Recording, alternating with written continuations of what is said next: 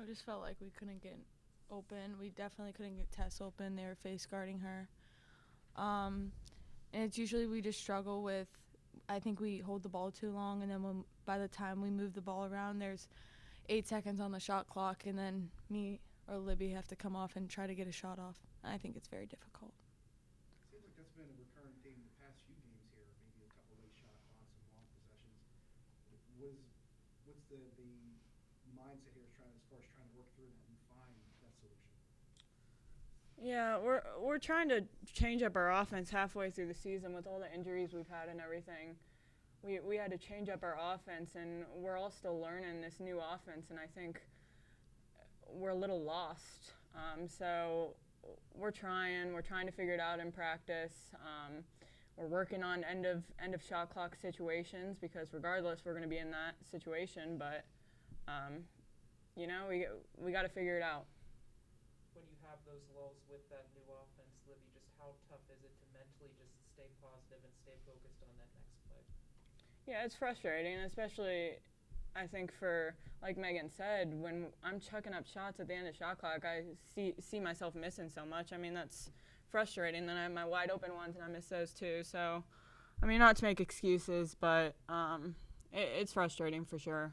So, like I said, I mean, we liked playing transition. We couldn't play in transition that much today. We weren't getting the stops that we wanted and able to go. So, got to figure that out too.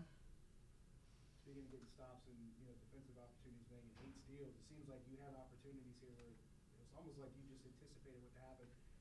What were you seeing as far as maybe knowing when to try to be aggressive and when maybe to pull back? Well, I definitely knew, like, the one play that kept running, which I was getting all my steals on. I knew, like, I was just in the passing lane, and I knew they were going to throw that pass. They just made it obvious. So I just tried getting in the passing lane and getting easy layups for us because we were struggling scoring. So. You got into a couple situations where you were kind of taking some bumps here and there, and Dan was advocating for you. He was trying to make some noise about fouls being called.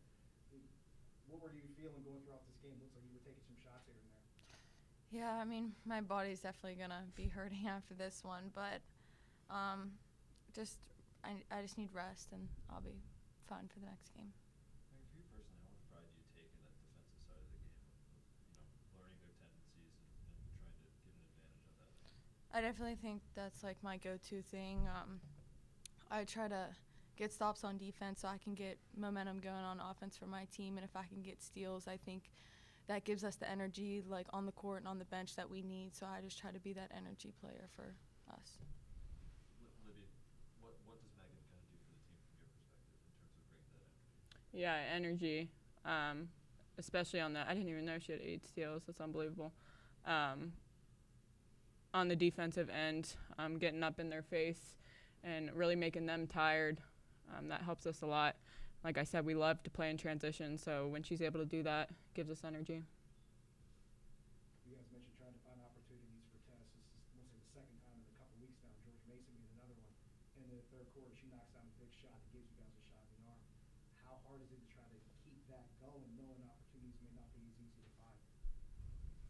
Yeah, I mean, teams know that Tess is a good shooter now, so they're up in her, and she's working her butt off to try to get shots off. We got to help her out, set some screens for her.